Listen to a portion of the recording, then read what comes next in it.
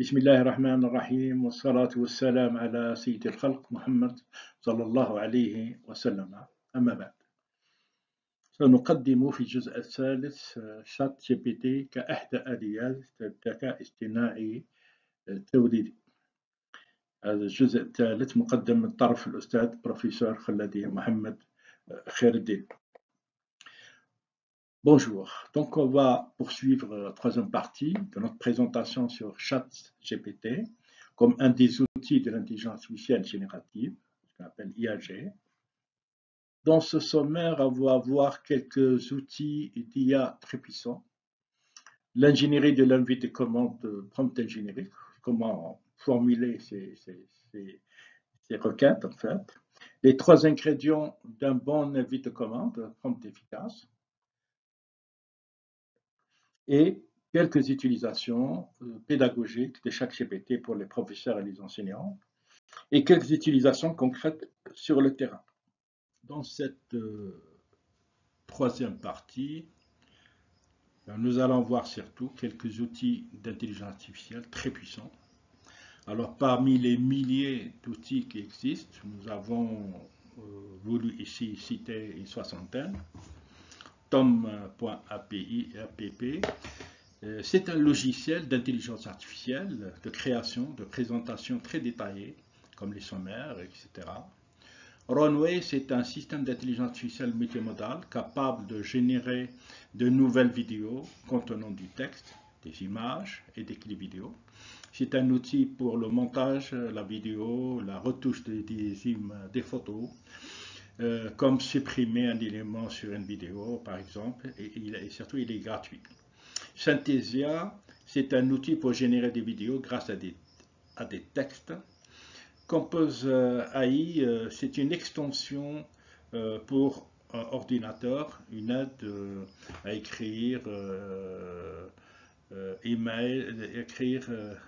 email, lire et répondre à un email, faire beaucoup d'invitations, des choses à voir, etc. TweetHunter, c'est un outil générateur de tweets à notre place. ChatGPT d'OpenAI, il répond à n'importe quelle question qu'on lui pose basée sur le texte. Faire une vidéo complète, c'est un expert dans n'importe quel sujet. Il est gratuit et optimisé à partir de la version GPT 3.5. Un modèle de langage formé pour produire du texte. En bref, il résout n'importe quoi. Play Phrase Me, c'est un outil pour trouver des extraits de films avec des phrases spécifiques. Alors pour le huitième produit, donc c'est un texte est un outil pour le regroupement des messages de dans toute plateforme sur une seule et répondre en une seule fois. Alternative 2, c'est un outil qui trouve une alternative à tout et il est surtout gratuit. Marlin, c'est un assistant virtuel, c'est un plugin de navigateur web pour utiliser ChatGPT. Il est utilisé pour obtenir des informations ou créer des contenus pour travailler et étudier. Midjourney Pro, c'est un programme d'intelligence artificielle qui génère des images à partir des descriptions en langage naturel via les invites de commande. Il génère de l'art en quelque sorte. GPT Go.ai, c'est le chat GPT de Google. Il répond à toutes vos questions tout en indiquant des liens à votre sujet de préoccupation de recherche. Stunning.so, ce site avec l'apparence de ChatGPT permet de créer un site web en répondant à quelques requêtes rapides. Magic Studio, c'est un outil à mettre parmi les favoris pour créer des photos, des produits professionnels, des photos de profil, supprimer des éléments indésirables d'une photo, supprimer un arrière-plan, agrandir une image sans perte de qualité. Alors, stockimage.ai, c'est un outil pour générer n'importe quel visuel grâce à l'intelligence artificielle. On peut créer des couvertures de livres, des logos, des fonds d'écran, des images à partir de textes, un site web ou de simples illustrations. Scrabbledivision.com, c'est un outil qui nous permet de créer n'importe quel visuel à partir d'un croquis.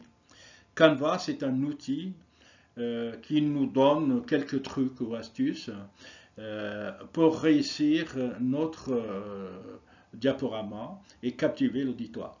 Il propose 9 phases à suivre pour réaliser une bonne présentation. Il permet surtout, à partir d'une description textuelle, de générer l'image.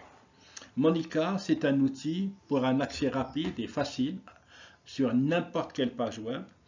Il exploite intelligemment, bien sûr, l'Internet pour explorer les données web en temps réel, améliorant donc la précision et la rapidité. Il peut répondre à toutes nos questions complexes. Il peut également nous aider à écrire des articles, à dessiner, avec l'intelligence artificielle, à lire des articles, à résumer des vidéos YouTube, à effectuer des recherches en ligne et à améliorer les moteurs de recherche de Google et de New Bing. L'outil GPT-4, c'est le système d'OpenAI le plus avancé, produisant des réponses plus sûres et plus utiles. Notion.ai, c'est un assistant connecté qui produit des réponses textuelles en fonction des questions de l'utilisateur et du contexte courant de la page. Il est gratuit. Stable Diffusion est un modèle d'apprentissage profond du texte à l'image et est utilisé pour générer des images détaillées conditionnées par des descriptions textuelles et surtout il est gratuit. Image Creator de Microsoft Bing, il génère des images d'intelligence artificielle basées sur notre texte, il est gratuit. Flyky, c'est un créateur de texte en vidéo et de texte en parole, alimenté par l'IA générative, et il est gratuit, il génère TikTok. Wonder de Wonder Studio, c'est un outil d'intelligence artificielle qui anime, éclaire et compose automatiquement des personnages dans une scène d'action réelle. Alors, Jukebox d'OpenAI, c'est un réseau de neurones qui génère la musique, y compris les chants rudimentaires, sous forme d'audio brut dans une variété de genres et d'artistes. Musicalm de Google Research, c'est un modèle d'IA capable de générer de la musique haute fidélité à partir de texte. Et le text-to-speech de Microsoft Azure, c'est un générateur de voix d'IA pour parler naturellement en utilisant la parole synthétisée à partir de textes saisis. Punkt.io d'OpenAI, c'est un système pour générer des nuages de points 3D à partir d'un bit de commande complexe, surtout qu'il est gratuit. Magic 3D de NVIDIA, c'est un nouveau outil de création de contenu text to 3D qui crée des modèles de maillage 3D avec une qualité sans précédent. Image 3D de Luna AI, c'est une première expérience de prototypage et de création 3D à partir de texte. Copilot X de Jet Hub, c'est un programmeur de BERT-d'IA avec une adoption précoce de GPT-4 d'OpenAI, avec des interfaces de chat et de terminal. La prise en charge des demandes d'extraction et l'adoption précoce du GPT-4 d'OpenAI. GitHub de Copilot X est une vision de l'avenir du développement des logiciels alimentés par l'IA. Il est intégré à chaque partie de notre flux de travail. Codex d'OpenAI, c'est un système d'intelligence artificielle qui travaille à le langage naturel en code.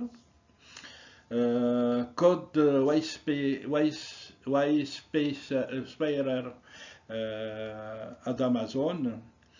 Il peut générer des suggestions de code allant des extraits aux fonctions complètes en fonction de vos commentaires, surtout qu'il est gratuit. Perplexity AI, c'est un moteur de réponse qui vise à fournir des réponses précises à des questions en utilisant de grands modèles de langage, il est gratuit. Umata de umata.ai, c'est un chat GPT pour vos fichiers. On pose des questions sur nos données, c'est-à-dire un document technique, un rapport, et on obtient des réponses instantanées. Il est gratuit. TypeNotes.ai, c'est un planificateur de voyage intelligent. Il utilise un moteur de recommandation personnalisé, leurs propres données et GPT pour aider, etc. Il est gratuit. Alors, Segment de Metal AI, c'est un nouveau modèle d'IA de Metal AI qui peut découper n'importe quel objet dans n'importe quelle image en un seul clic. Carrion V2, c'est un modèle d'IA capable de dessiner des images à partir de n'importe quel invite de commande. Photoroom, c'est un outil d'IA pour générer un choix infini d'arrière-plan à partir de la description qu'on en a faite, et surtout qu'il est gratuit. iGen, c'est une plateforme vidéo qui nous aide à créer des vidéos professionnelles engageantes avec l'IA générative. Pictory, c'est un outil qui permet de créer automatiquement de courtes vidéos de marques hautement partageables à partir de notre contenu long. Il est gratuit. Video AI, c'est une plateforme d'intelligence artificielle. Elle nous aide à convertir automatiquement des podcasts, des vidéos longs en courts clips partageables par TikTok, des bobines, etc. Elle est gratuite. Alors, Co-Recast de Co-AI, c'est un outil de transformation de la voix qui permet aux utilisateurs de changer leur voix en différents styles, tels qu'un narrateur, une femme ou un enfant. Il est gratuit. Sundro, c'est un générateur de musique d'IA qui nous permet de créer et de composer de la musique originale libre de droit. Il est gratuit. Crips, c'est un outil de clarté vocale et assistant de réunion alimenté par l'IA qui élimine tous les bruits de fond en un seul clic. Il est gratuit. Spline AI de Spline Design, c'est un outil qui permet de générer des objets, des animations, des textures 3D à l'aide d'invites de commande. Unitai AI, c'est un écosystème d'IA qui permettra les outils de développement de jeux basés sur l'IA entre les mains de millions de créateurs. Ask Codai, il simplifie votre processus de développement en nous donnant le pouvoir de créer des prototypes et des applications plus rapidement, surtout qu'il est gratuit. Safurai, c'est l'assistant de codage d'intelligence artificielle qui nous fait gagner du temps dans la modification, l'optimisation et la recherche de code, surtout qu'il est gratuit. Write-Tonic, c'est un outil pour écrire n'importe quoi. C'est un développeur de logiciels. Replite, c'est un outil pour générer du code, anciennement appelé Ripple.it. C'est une start-up basée à San Francisco et un environnement de développement intégré en ligne. Replite étant un logiciel en tant que service, il permet aux utilisateurs de créer des projets en ligne et d'écrire du code. Sundro, c'est un outil pour créer des musiques grâce à l'IA. Storytars, c'est un outil pour créer des centaines d'avatars personnalisés créés par l'IA en 3 étapes simples. Slide AI, c'est un outil pour créer des diapositives professionnelles et attrayantes de présentation avec l'IA en un rien de temps à partir de n'importe quel texte. Remini, c'est un outil pour modifier des images. C'est le seul amplificateur photo, vidéo. dont on a besoin pour restaurer des vieilles photos avec des détails incroyables et surtout professionnels. VolumeToon, c'est un outil pour résumer des notes. C'est un compagnon de lecture et d'écriture alimenté par l'IA, capable de corriger les erreurs grammaticales, de comprendre le contexte, le sens, de suggérer des paraphrases ou des temps d'écriture alternatifs et de générer un texte écrit en fonction du contexte. Alors ici, l'ingénierie de l'invite de commande ou le prompt engineering. Donc un prompt, c'est l'invité de commande sur un terminal, comme on le faisait dans le temps avec DOS, l'invite de commande DOS sur un terminal. Ici, la commande sera du texte. Pour le moment, ces outils supportent mieux l'anglais que d'autres langues, entre autres le français, pour les prompts aussi lents et efficaces, car 90% des bases de données mondiales sont occidentales et les contenus arabes sont très minimes. Si les autres langues posent problème, il suffit d'utiliser un traducteur en ligne. DeepL.com est un traducteur en anglais gratuit, ou tout simplement utiliser le traducteur de Google.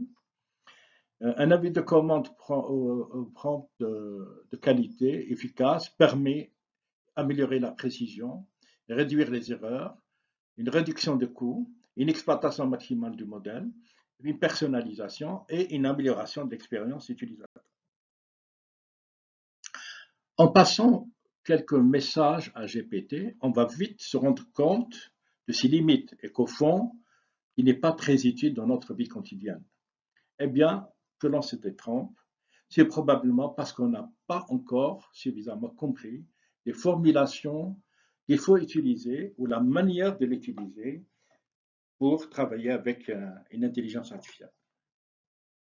Et c'est normal, parce que ça prend énormément de temps, tellement qu'il y a toute une description qui est en train de se développer et qui s'appelle le prompt engineering ou l'ingénierie de commande, l'ingénierie de l'invite de commande.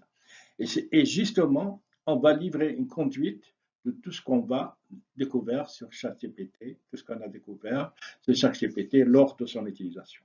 Par exemple, faire rédiger des livres avec ChatGPT ou alors inverser le rôle et à faire en sorte que ce soit chaque GPT qui vous pose des questions et vous n'avez rien, finalement, vous n'avez rien à faire.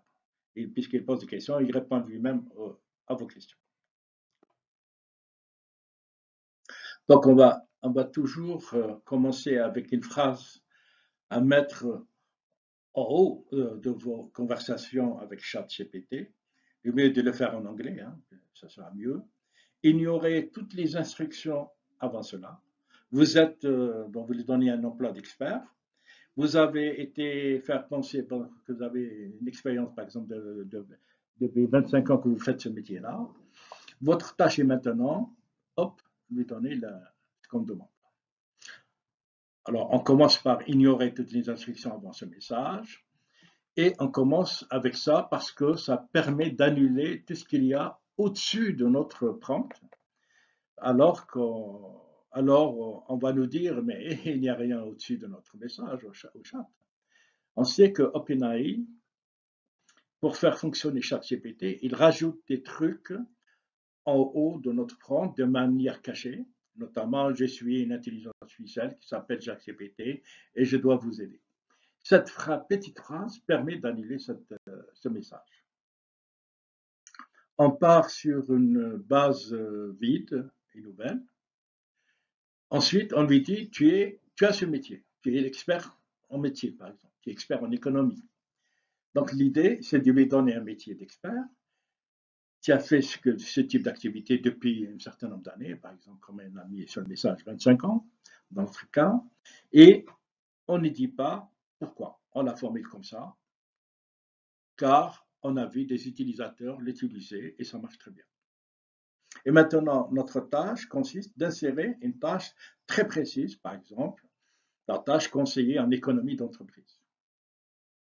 Ainsi, sans entrer dans les détails, chaque CPT nous sort toute une liste, plusieurs points qu'on peut explorer pour améliorer les résultats de nos recherches. Attention, peut-être si on a juste dit donnez-nous des conseils en économie d'entreprise, ChatGPT aurait certainement répondu d'une autre manière, avec une autre liste, et potentiellement pas avec autant de contexte, de détails, de pertinence, des mots d'expert. Car là, on lui a dit qu'il est un expert. On l'a en quelque sorte conditionné pour cela, et c'est un bon début.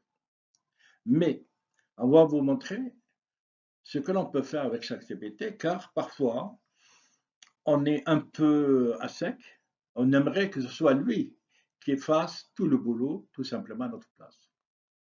On aimerait que ce soit lui qui pose les questions, et nous, on est là, on attend, on a juste à répondre à des questions ou à des trucs. On aimerait ne pas avoir à réfléchir, donc à être en quelque sorte passif. Alors, il suffit de lui dire cette phrase, de préférence en anglais, vous avez toujours posé des questions avant de répondre, afin de mieux vous concentrer sur ce que recherche l'interrogateur, c'est compris? On doit toujours poser des questions avant de répondre pour mieux comprendre, comme si vous avez affaire à une personne qui vous interroge. Donc, à la fin, on lui demande est-ce que c'est bien compris? Et il nous dit ben, j'ai bien compris. À ce moment-là, il se lance dans une série de questions sur le domaine de l'économie d'entreprise et il entame en quelque sorte une conversation avec nous sur le sujet. Exactement ce qui est le principe de base de chaque CPT. On n'est pas, nous, on n'est pas censé connaître très bien le monde de l'économie d'entreprise.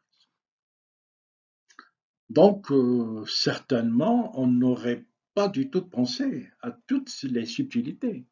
Et là, on le met dans les conditions pour que ce soit lui qui vienne nous interroger. En fait, c'est des questions posées comme par un expert.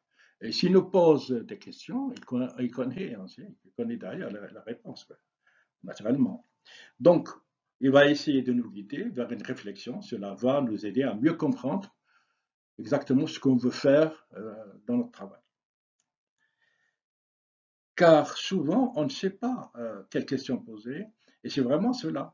Et donc, cette invite de commande initiale et ces questions vont nous amener à une discussion très longue, avec une conversation très longue avec chaque CPT pour nous orienter et mieux nous préparer dans notre travail.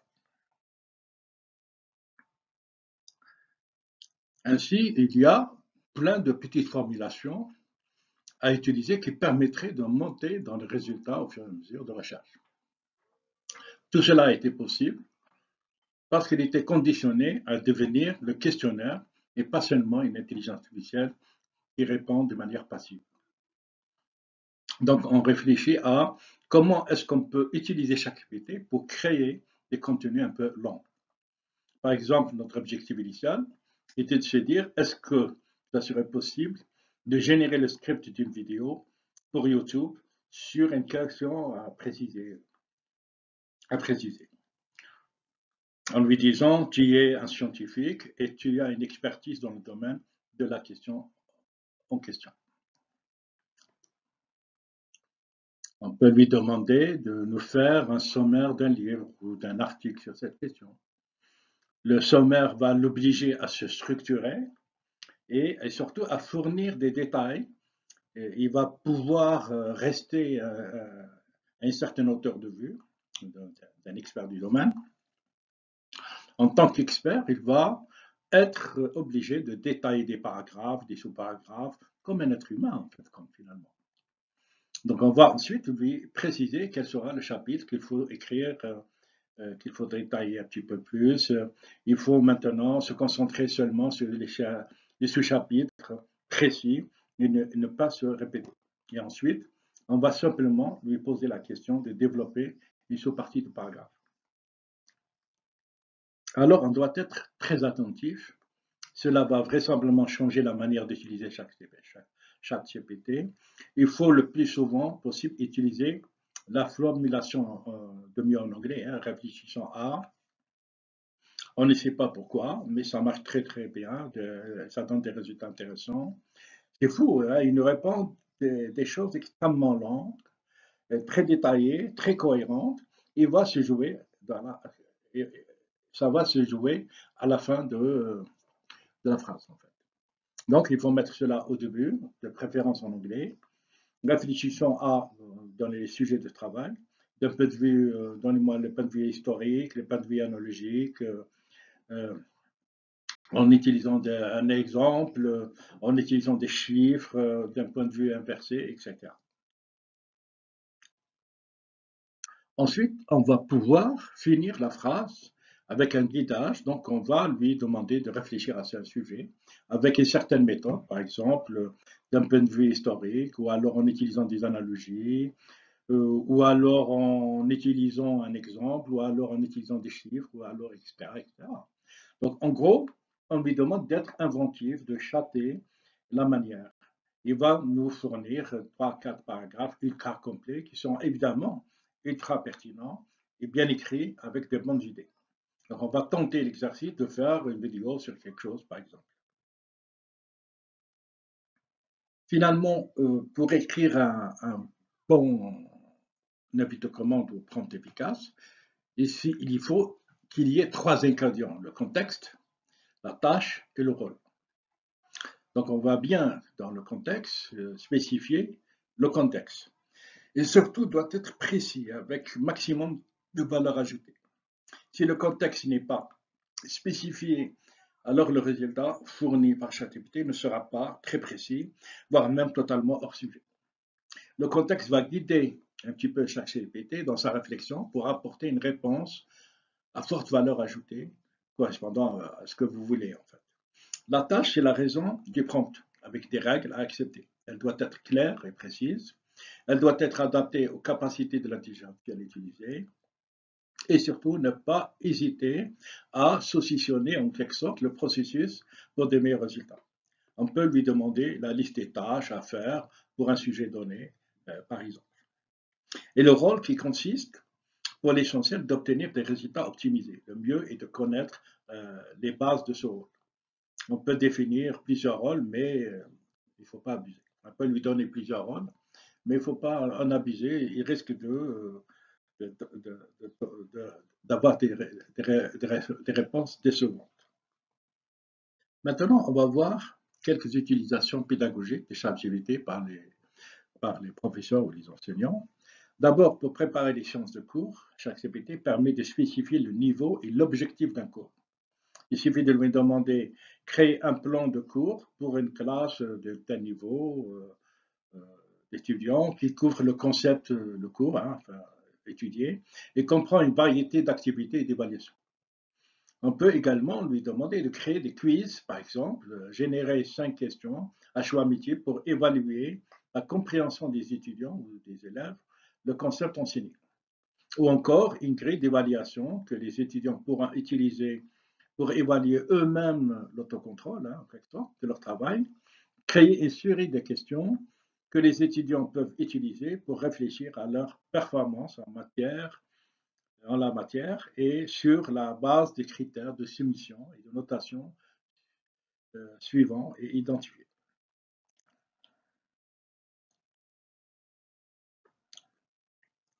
On pourra aussi lui demander de créer une histoire immersive de type vous êtes le héros, présentez le contenu, etc.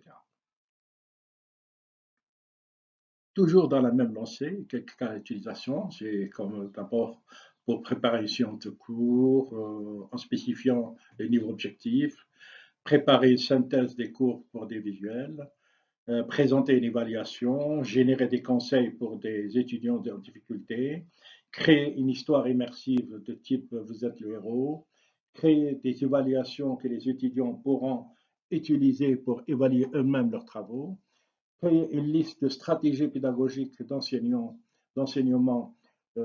qui pourraient être utilisées pour impliquer et stimuler les étudiants à des niveaux, ou les élèves à des niveaux de capacité dans un cours, créer une liste de 5 stratégies pédagogiques d'enseignement qui pourraient être utilisées pour répondre aux besoins d'apprentissage.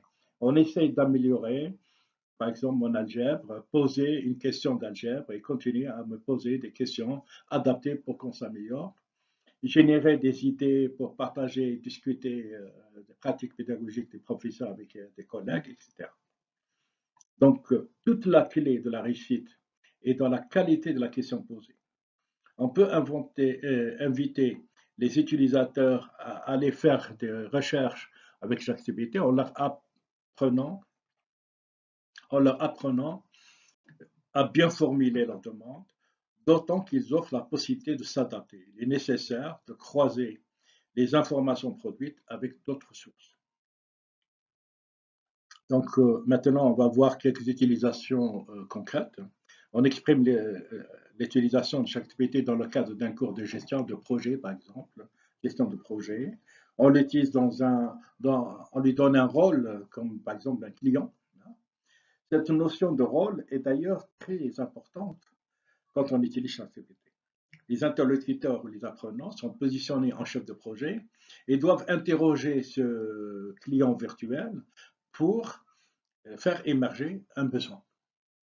Ils indiquent le contexte et précisent leur demande. Dans la consigne, ChatGPT est un client à qui ils proposent une prestation et ils attendent de lui qu'il exprime ses besoins. Les interlocuteurs, les apprenants, affinent leurs questions au fur et à mesure et établissent finalement un cahier de charge en fonction des réponses. On peut demander à ChatGPT d'être un client réfractaire ou au contraire enthousiaste, et on peut lui donner des contraintes pour mener sa réponse ou pour orienter sa réponse. الحمد لله لقد نهينا من الجزء الثالث من هذا التقديم. Dieu merci, nous avons terminé cette troisième partie. Donc rendez-vous à la dernière et quatrième et dernière partie, Inch'Allah.